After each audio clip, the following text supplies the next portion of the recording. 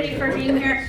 I'm Katie Martin. I'll be the quick little moderator, but I'll try to stay quiet. I do want to introduce our presenter for today, who's, I love this title. You can't get here from there. A good Vermontism, eh? Yes. Advancing transportation equity through targeted universalism. So we're really looking forward to hearing this and you sharing some more. I do want to, I think most of you know who this wonderful senator is of the state of Vermont, but I wanted to take a minute and just introduce you, if that's okay. I know some people like to introduce themselves, but this is a real privilege for me. So, Kesha is a Vermont state senator serving the Chittenden Southeast District.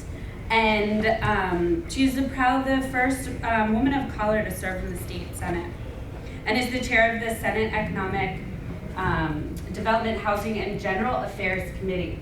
She also sits on the Senate Finance Committee and the Joint Justice Oversight Committee. She received a BS, Bachelor's of Science, in Natural Resource Planning and a BA in Political Science from the University of Vermont in 2008. So much further away. Yeah, right. Okay, quickly, she served in the Vermont House of Representatives on behalf of Burlington, Chittenden Districts 6-4 from 2008 to 2016, where she sat on the House General Housing and Military Affairs and Ways and Means Committees, and served as a vice chair of the House Natural Resources and Energy Committee. Kesha earned her Master's of Public Administration from the Harvard Kennedy School of Government in 2018. When not in serving as a legislator, Kesha teaches structural inequality and environmental justice at Vermont Law and Graduate School. I think she's going to share a lot with us today there. And she also serves as a co-chair of the Vermont Attorney General's Immigration Task Force. And as a member of We're still in the intros. Yeah, it's fine. Come on in. I mean, you're missing all the good stuff, but it's to come too.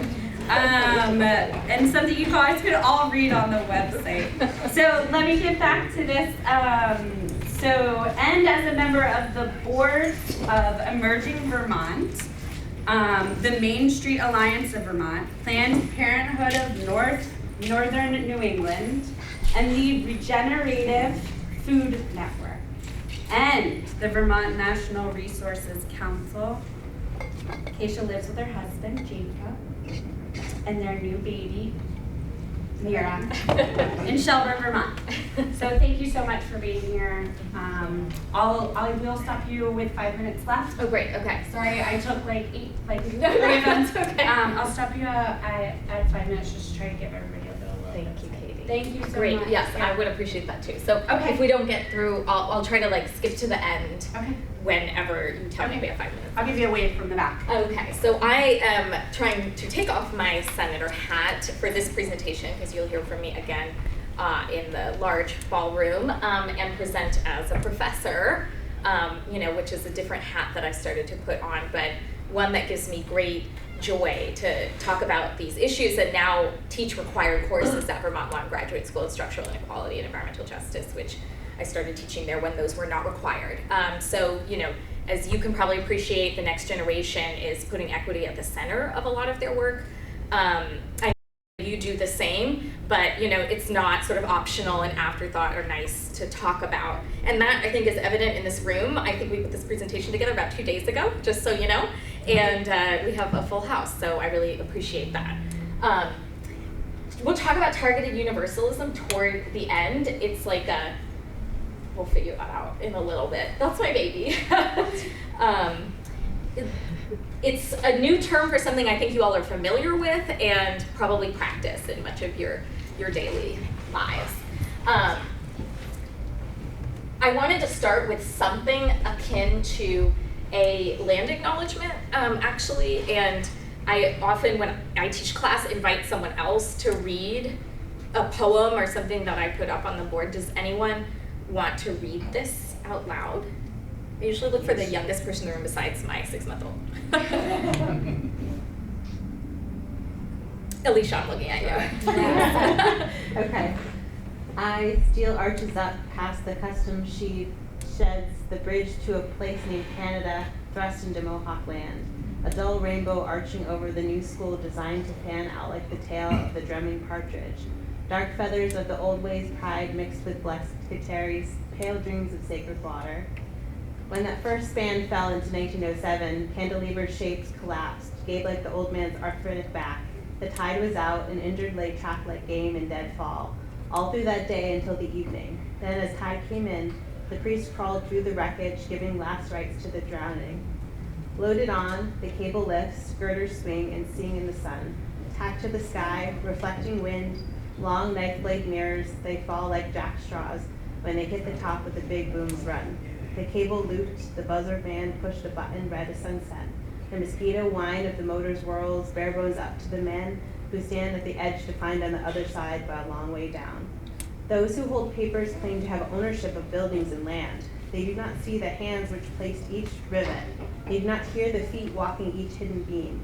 They do not hear the whisper of strong clan names. They do not see the faces of men who remain unseen as those girders which strengthen and shape. Thank you. So why did I choose this poem? For those of you who may not know, Joe Bruchac is a nationally renowned Abenaki poet and educator. And this poem is actually about a bridge construction disaster in Quebec that killed, I think, about 75 people. And this poem actually highlights that a lot of the people who were building the bridge were of Abenaki and Odanak descent, or directly part of the tribe, and were a majority of those who were killed, but that sort of wasn't necessarily going to be acknowledged at that time.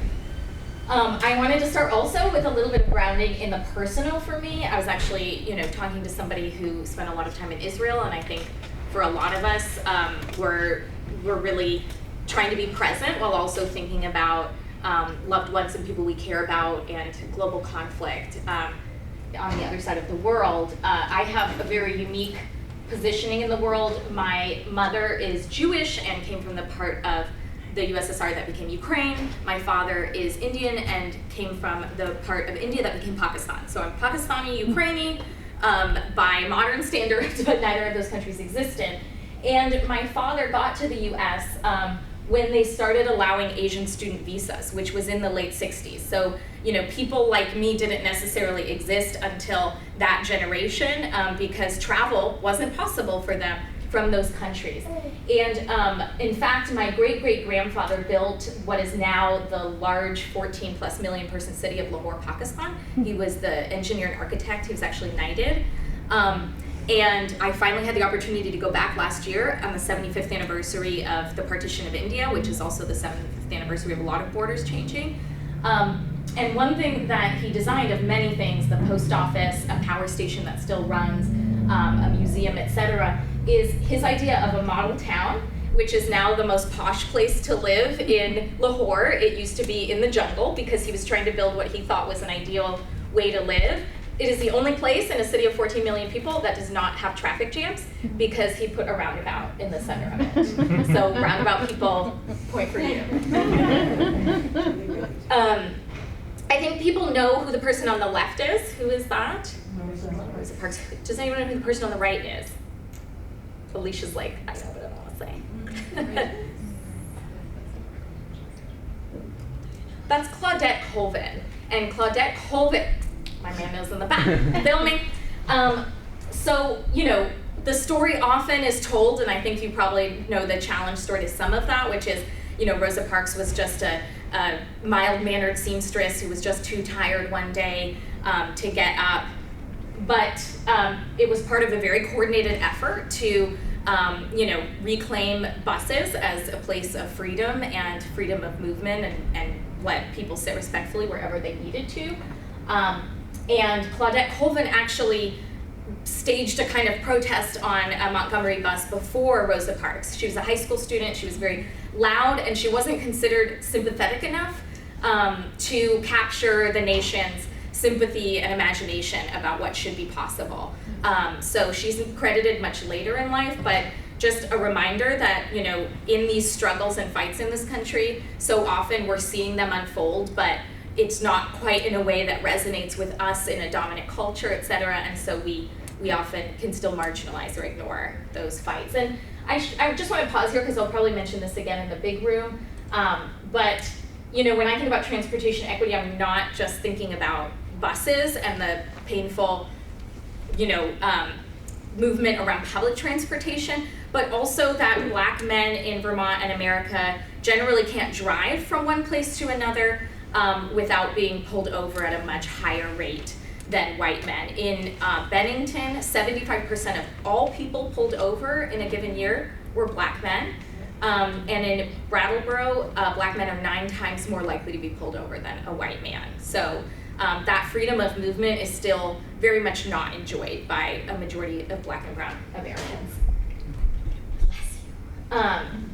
So I teach structural inequality at the law school, and you know, I think it's kind of an obvious term, but I want us all to be on the same page. This is the definition I like to use: the unequal distribution of resources, opportunities, and power within a society, often the result of deeply ingrained social, economic, and political systems that have developed over time. A good example, I think, is Boston. And it is considered one of the most segregated cities in the United States, right here in our region of the country, but it is broadly in the US considered one of the most segregated places, and experienced redlining, which is a lot of what I teach about and legislate about in you know, the policy context. But here you'll see what was considered you know, the best place to offer a loan, and what were considered neighborhoods where no loans would be offered, which is a lot of them. And next, you'll see a heat map of the temperature in that general Boston area and beyond. And right in the heart of Boston, people, as you may know, experience much more adverse health and weather impacts, extreme flooding, extreme heat, and the life expectancy is about 30 years different between white and Black Bostonians, just a couple T-stops apart. I don't know if anybody knows what this bridge is. It's in the south. This bridge became a place of great pain as the waters were rising in the lower 9th Ward of New Orleans. This is the Crescent City connector. And when people were drowning and gathering up their family members and their pets and what they could and trying to get to safety, I'm not gonna sugarcoat, you know, sort of why or how people on the other side stopped them from coming, but they heard there's looters and, you know, thieves and bad people coming across the bridge, and regardless of what they heard, the National Guard and the local law enforcement barricaded the bridge and did not let people cross. So, you know, transportation decisions are made all of the time in our current time and day that really impact people and their ability to move freely and get to safety. This is really hard to see, and it's not exactly redlining, but it is a map of a place that used to look very different. Does anybody know what that is? Downtown Burlington. Little Italy. So I do often like to remind people that we used to have a really walkable downtown with places where people lived and went to the market at the corner, you know, and their whole life could be lived in that sort of one community and area. And in the name of progress, we razed that to the ground and built a mall and cut off connectivity and decided that, you know, that was more important than the many immigrant communities that were living there, particularly Italians. So when we talk about a structural equity, I wanted to bring up the transportation equity framework that the state is currently beginning to operate under. So this might be like something some of you wrote or you're familiar with in some way.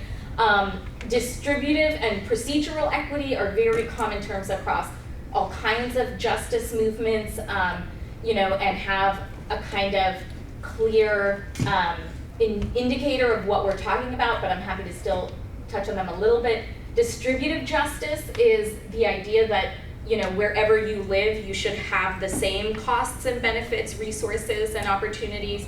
We know that 50% of your health outcomes are determined right now by your zip code and your geography. So this is clearly an area where that is there's a lot of injustice.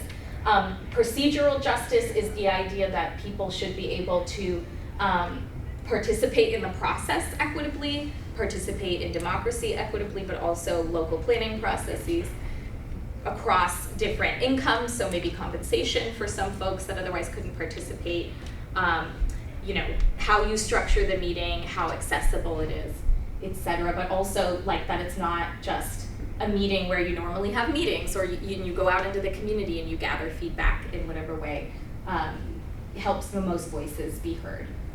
Contextual justice in this context for the state is kind of, you know, how we use the data, as I understand it, and I'm like reading the transportation equity framework with you all, how we use the data to determine where to distribute our resources. So this might be akin in the broader environmental justice movement to cumulative impact. So, you know, you don't just take one piece of information, one new road or one new traffic impact, but you look wholly at the context and are there health impacts that you need to take into account. And corrective equity, you know, this is what I think they're using in terms of, and maybe someone from AOT is here, but they're using it as a kind of evaluation tool. Are we actually closing disparities in the process? So that is what the state is using right now as their equity framework. And that's important, right? Because then when you look at what disparities need to be closed in Vermont, I think this is a little bit old, but I know the Transportation Research Center at UVM, I think, tries to keep this somewhat up to date, and it's hard to see, but I think one of our best indicators of people's transportation access is whether or not they can get to a doctor's appointment or the grocery store when they need to. And as we'll probably talk about later, that's a question of transportation, but also where you live. You know, so with access to healthcare and food, I would hope people don't have to travel too far to get that. And in a rural state, that is, you know, a really unequal distribution, but there's also inequality just based on what kind of neighborhood you are in and if they have a grocery store. But almost a third of Vermont towns at one time, and I believe it fluctuates between a quarter and a third, have limited access to fresh foods and cannot get to a grocery store when they need to. We are currently using this in a lot of policymaking contexts to understand not only the change in population, but people's travel routes. So maybe this is something a lot of you look at consistently. Where do people live and where do they go during the day? And how far away are those places, which is becoming a bigger and bigger challenge that we'll definitely be discussing at the end of today. But I just wanted to make sure, if you haven't seen something like this, you know, it's inequitable for places like the Kingdom and, you know, southern and central Vermont, that everyone is going to Chittenden County for work, but we also, and that probably was made worse by the flood. I think we saw a lot of in-migration over to places in Chittenden County that opened up for people or staying with friends and family because we've lost, you know, thousands of units of housing in central Vermont.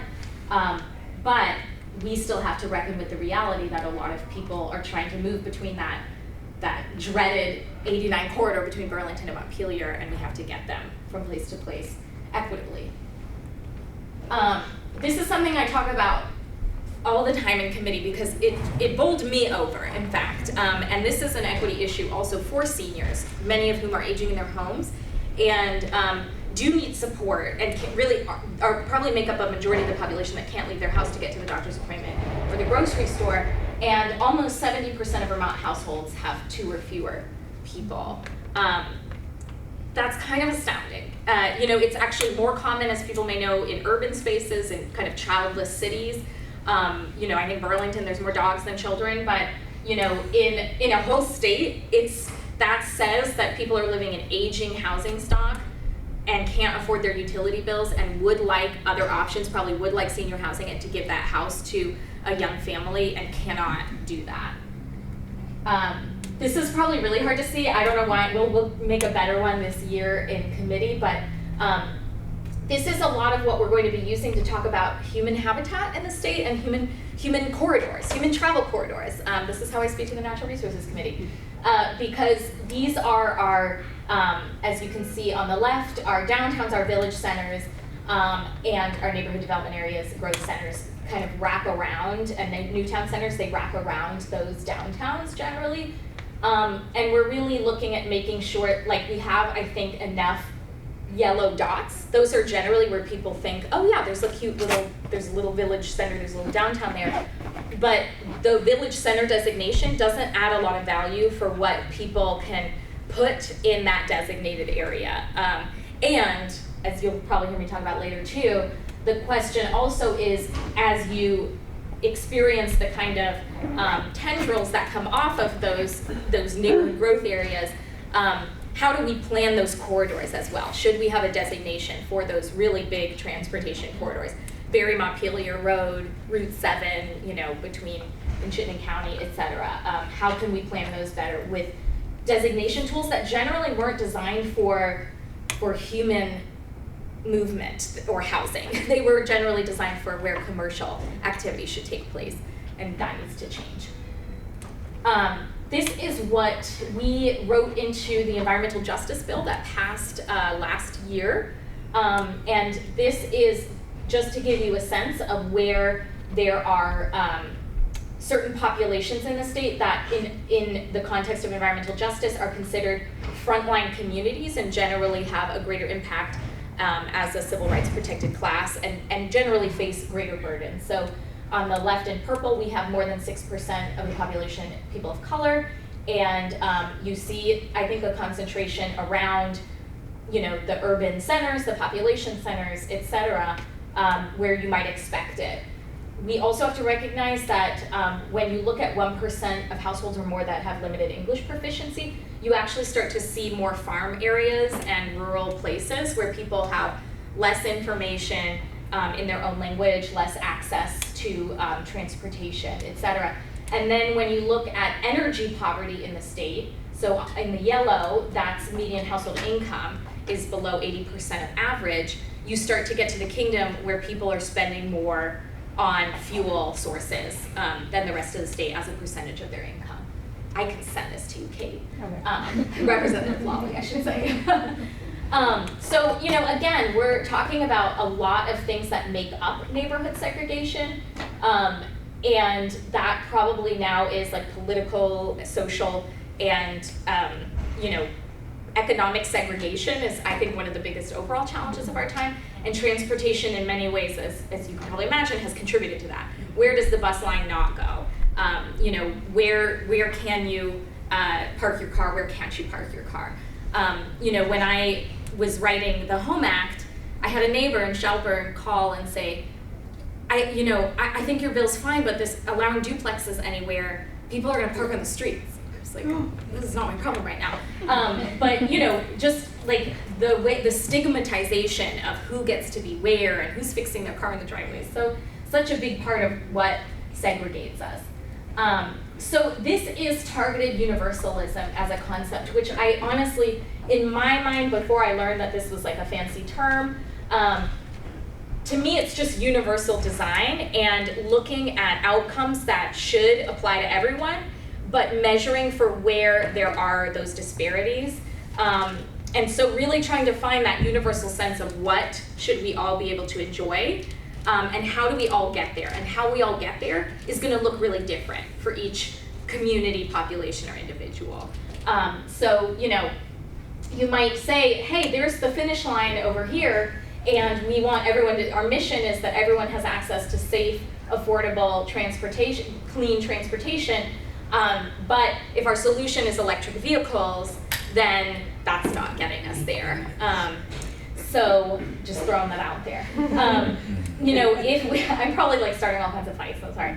But if our solution is everyone gets to the grocery store and the doctor's appointment, that solution can be housing near those kinds of things. That can be a nurse that is in an affordable housing complex. That can be all kinds of things that we'll talk a little bit about before I end. But it needs to be different things for different people, not let's try to get everybody a subsidy for an electric vehicle. So again, to me, that's kind of the equality model. You can all kind of afford an electric vehicle one day, and we need charging stations everywhere. Important, but that's not going to really help the majority of the population in the time frame that we need to help the majority of the population. And then you have accessibility. Everyone can get on the bus. When I worked in the city of Burlington, we went to meet with Bhutanese Nepali elders, and their biggest concern was we all want to get on the bus because we're very isolated, but we often don't know which entrance or exit or how to pay, and it's very confusing and scary, and the bus needs to move quickly. And it's it was very top level concern for people that it's very scary to try and figure out how to get on a bus. And that's a population that probably needs transportation the most. So, you might have a bus, but how accessible it is, relies on how much you're thinking about specific ways to accommodate each population who needs to access that. So, my thoughts on what looks like targeted universalism in the state, and I'll talk more about this later. I do think we need transportation corridors to function very differently in our planning and zoning systems. This is where people should be able to live on bus routes. I hear this all the time. Can't you just create something in policy where everybody's within 500 feet of a bus route in certain communities? I would love that. But in the meantime, we have to make our corridors function better for housing and for public transportation. Community schools. I'm sure a lot of you are fascinated by or working on this solution. Instead of creating something new and different, bringing the community to the most central place that they probably have already, the schools, and using the best transportation network we already have in the state, the school buses. And it's something a lot of legislators are captivated by. It certainly, like school issues, takes everyone doing their own thing. So there's probably not a lot we can legislate to make this happen necessarily, but we do see places where, I know of school districts that have set up their own shelter, that have days where they, are inviting community services in, et cetera, and we're trying to get at that. And I'll just end with my favorite example. Does anyone know what country this is? Where they would be from? Japan. I heard it, Japan. And why would I use Japan? Does anybody know? I love Japan, yes. And I keep, I want Vermont to be like Japan, but diverse, because we need great transportation and all the things. But Japan, in rebuilding post-World War II, I believe, created a principle that every child should be able to walk to school, everywhere in the country. And so that meant, number one, they built schools in some semblance of walking distance, but they knew that for everyone it's not a safe route for a 2-year-old maybe, but they wanted it to be, so they set up, a safety corridor and a system with adults helping kids get to school that still functions today. So if you ever see the show on Netflix, it's my favorite show. It's called Old Enough. It's so good. We all think oh my God, so cute, children doing errands, but Japan was constructed around children. Yeah. It was constructed so that even the smallest child has a safe way to move about the entire country. And I love big principles like that. I think that's a really beautiful thing. To me, that's the pinnacle of targeted universalism. And that is my presentation. Did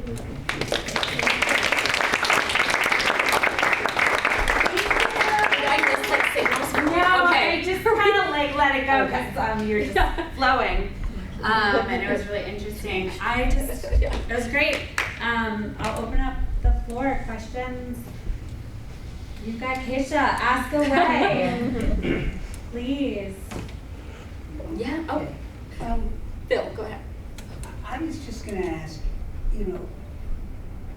this was a great presentation, but then when you get back to the Senate, you get back to the legislature, why is it that when we talk about funding for VTrans, it's car-centric, and 2% people-centric? How can we allow that to continue, and how do we change it?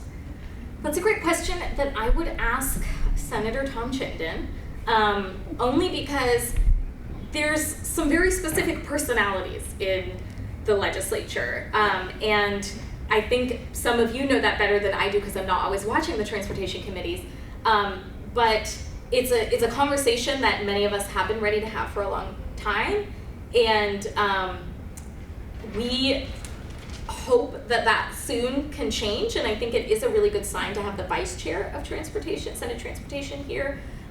Sarah Coffey as chair of House Transportation is an incredible advocate.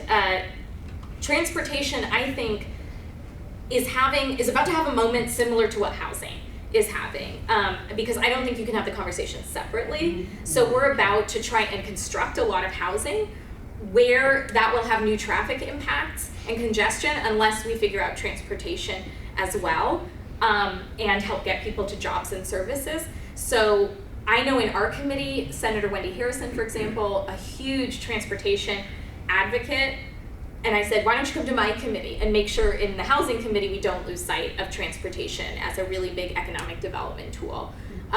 It comes up all the time as a place that falls through the cracks. So, for example, if you are an at-risk youth and you drop out of high school, you can't really get driver's ed anywhere. So, that's a population. So I went to transportation, appropriations, and education because then they can't get jobs. So it comes back to economic development, but often it falls through the cracks between different committees when you don't have a transportation committee that's driving force is reducing cars on the road right now.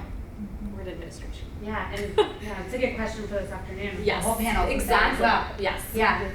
So one more hand, It's yeah. a good question. We end this slide on your story of a children-focused community. And I recently moved to Vermont, but I lived primarily in Europe where public transport, you did it not for any philosophical reasons, it just made sense. Right. It was just easy. But I noticed that, the state of Vermont, we have a unique phenomenon that we have a very elderly population, which in theory should not be an obstacle to public transport because in cities, it's actually one of the ways we do move around. But how does that change? It's great to look at different communities, but does it fit on our model or what are the changes that we need to make to create a model that fits our population and also our district population and to be cost affordable? Yeah. Because it also needs a cost question at some point. Yeah, I mean, I personally use Japan because it has a lot of it has huge major cities where you have a tall building with most of what you need on the bottom floor, which is also very convenient if you're elderly. And then it has a lot of elderly people who live in rural places who are in their 80s and 90s who are able to get on a train and go anywhere they want, into the forest to visit their grandkids, etc. I really like the idea of the blue zones, the places in the world that have the most centenarians and people over 100, as a way to look at what do they have going on, and what they all have going on, is walkability. It's nice to also have great public transportation and be able to bike, but literally everyone can, a child can walk to their grandparents' house, a grandparent can walk to their grandchild's house, that walkability and having most of what you need to stay healthy in your community is really, it's really valuable. That's a challenge in Vermont because some of what I mentioned, but also because we don't have enough housing. Because we've really constrained housing where we said we want to have it, where if you looked at all those dots on the map, you generally would be able to give people the services that they need if you started to target housing there, and then people would have to make different choices. We'd have to have different solutions for people who want to stay in really rural parts of Vermont. Yeah. And thank you, this was awesome. Oh, thank you. A couple of things that stuck out to me. One was the housing mismatch, which I don't feel like is talked about enough in the housing crisis. And Japan is a great example about how the consequences of overbuilding because of the housing mismatch. So specifically, we have older boomer generations, kids aren't living in the house, they're still staying in their family-size homes because they don't have a place to move that's smaller. And then you have people with young children or about to expand their families looking for that housing. So Japan went at that same issue really hard and they built tons and tons of housing. And now they're in a situation where because our population is not, it's barely replacing itself, right? Mm-hmm. So their population, there's lots of grandkids, or a little bit of grandkids, lots of grandparents, Yes. that the houses are being abandoned because the grandkids don't want to inherit the homes because they're maintaining them is expensive and they've already inherited a home. And so they have tons of excess abandoned homes in Japan. And I'm like just thinking about, we're all like housing, like why aren't we focusing on getting those people who are in large homes that don't need them anymore into smaller homes rather than just doing what Japan did, which is like overbuilding for a population here in the US that isn't, our pyramid is going in the other direction. Yeah, I mean, you are, as much as I love the idea of children being able to walk everywhere as a principle, it kind of goes to that blue zone question of like, what do seniors have? And my biggest priority in the legislature this year will be senior housing. I mean, it already was at the center of our funding conversation. But, you know, I don't know if anybody is here from Underhill or Jericho, but they're talking about a project right in the non-existent downtown of Jericho that could exist and have like 100 units of housing for seniors and families as well. So that multi-generational housing is something that a lot of our rural communities are exploring, so a senior isn't once again isolated or kind of left out of the community.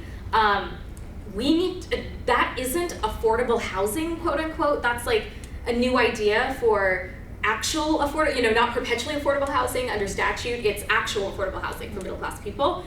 And we don't have a great funding mechanism for that or a way to help these projects come to fruition and get the last slice of funding they need. And that's a conversation I'd like to have as well, because you're absolutely right. It's senior housing, but it's like senior housing at the center of a community that people are looking at. It's nice to have a lot of boomers saying, where do I want to live and how do I build it right now before, Gen Z is like, get out of the way. So, a lot of those folks are thinking, where do I want to be? I want to be at the center of town. I want to stay in my community. And we need to start funding that kind of building. Thank you. I'm sorry, the only other thing I was thinking is because I was doing the Safe Routes to School program before I'm doing what I'm doing now, the two things about it being community center, like our little rural towns really need that community center. And the walkability factor are two things that were really strong in Vermont. And then we started talking about school consolidation and shutting down schools and busing kids and taking away that community center. Yeah. And just the impacts of what that does to communities, just their vitality, Absolutely. but also in the walkability, which is so huge. Yes. Such a long conversation, but I will say probably is the only legislator who was there for that. I don't think for many of us our intent was ever to shut down elementary schools. And I think that happened regardless, and that was really sad for a lot of us because I don't think we should be putting elementary school kids on buses and making them go to like a K through 8 somewhere else. So that was a great sadness and disappointment for many of us. And when you talk about do we need to consolidate high schools, et cetera, to be college ready, I think that can be reconstituted as a community center, as housing, et cetera. So, I think you are point well taken about school consolidation and the outcomes that we regret. And, I still think those buildings can function as the heart of a community in a different way where that's happened. Yeah, hi.